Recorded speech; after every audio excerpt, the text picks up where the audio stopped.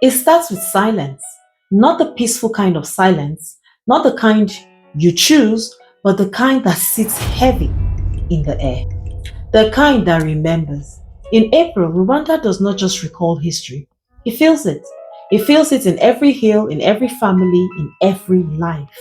Because this is not just the story of the past, this is the story the world rarely talks about. The story we know about Rwanda is about the genocide and the death. But the story you're about to hear is about life. It's about what remains when everything is taken. It's about a country that refused to disappear. And it begins with a mother. She is not famous. She is not even in history books, but her story lives in thousands of people's hearts and lives. She is standing at the edge of the road in 1994. Her hands are shaking. Her child is crying.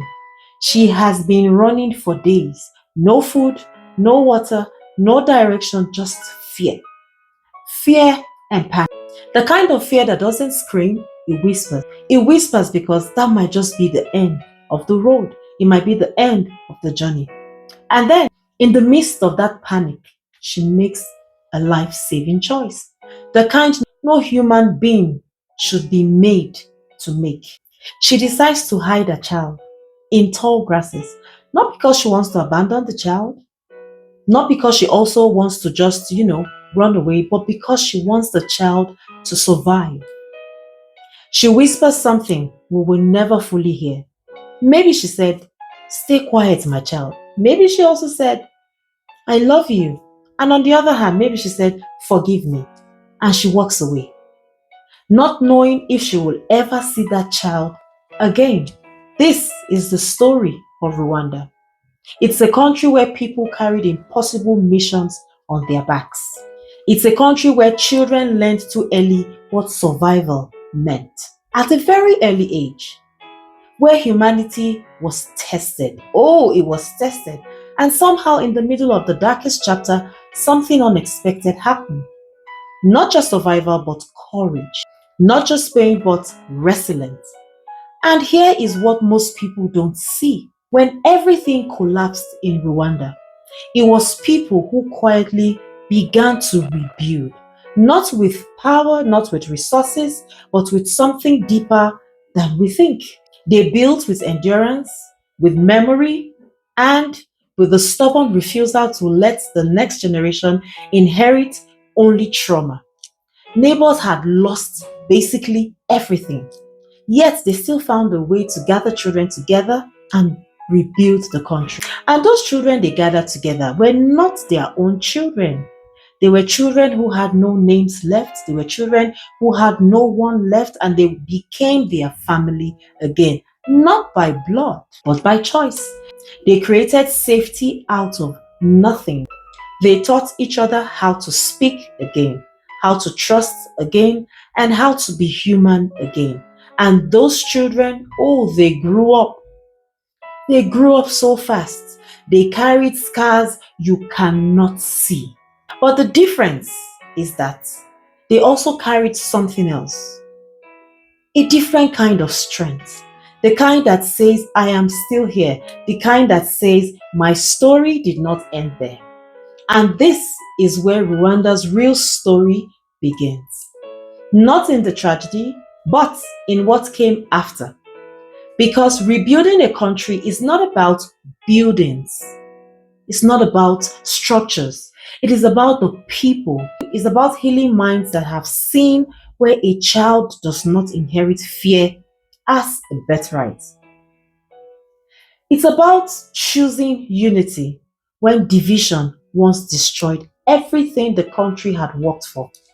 And Rwanda did something the world still struggles to understand. It chose to come back together in oneness. Neighbors who once feared each other learned to sit side by side again.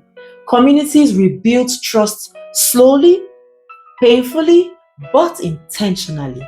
Not because it was easy, but because it was necessary. It was necessary to unite together after that pain. And people stood at the center of what transformation was. Community members, leaders, survivors, and even those who had to confront their painful past all became part of a difficult but necessary journey. They carried conversations no one else wanted to talk about.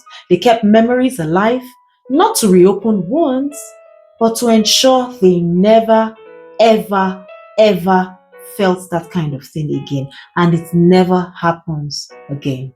They turned pain into purpose. And today, if you visit Rwanda and you walk through the streets of that country, you will see something powerful. You will see children laughing in places that once knew silence. You would see communities building, leading, shaping the future. You will see a country that has refused to let its identity be defined by the darkest moments. But don't misunderstand this. This is not a story of forgetting.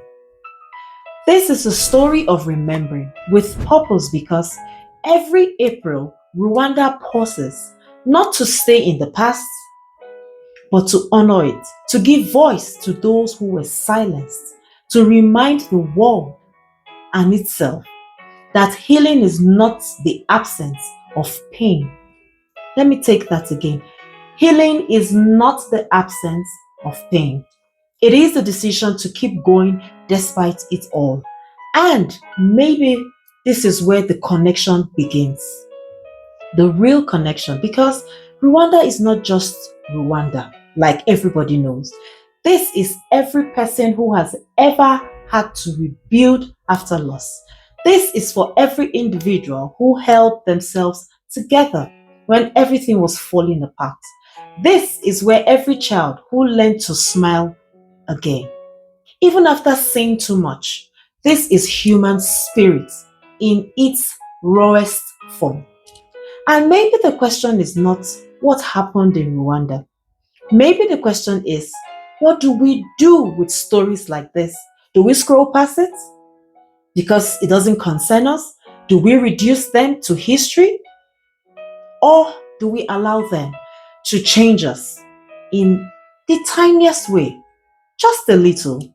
Because somewhere in this story, there is a lesson to be learned, a lesson about strength, a lesson about unity.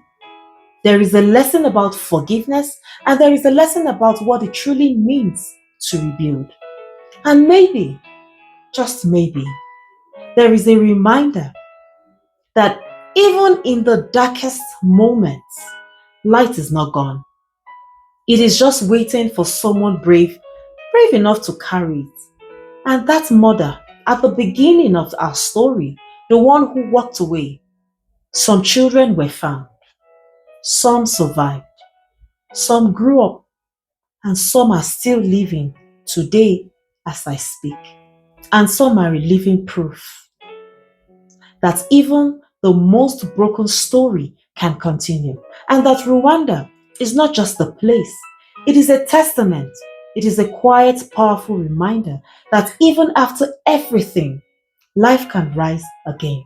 And as we approach the month of April, as the country of Rwanda remembers, maybe we don't just have to watch. Maybe we don't just have to listen. Maybe we need to feel. Maybe we need to carry a piece of the story with us, because stories like this are not meant to be consumed. They are meant to be remembered. If this story touched you, don't just watch and scroll.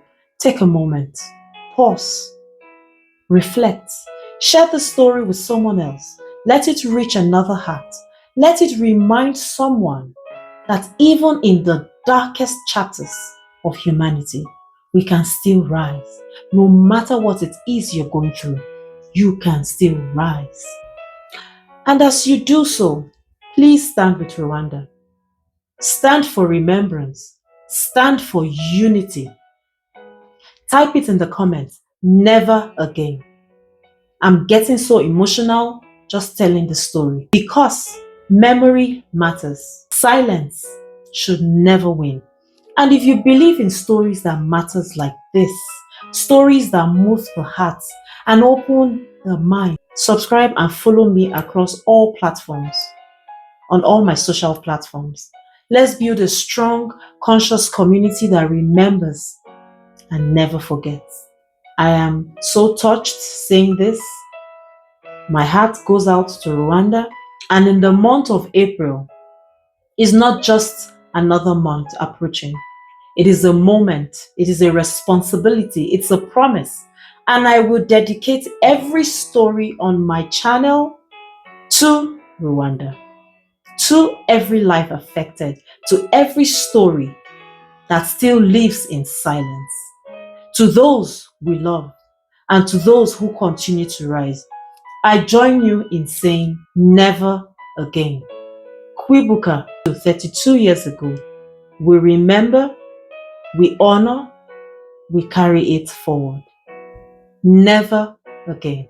I'll see you in my next video.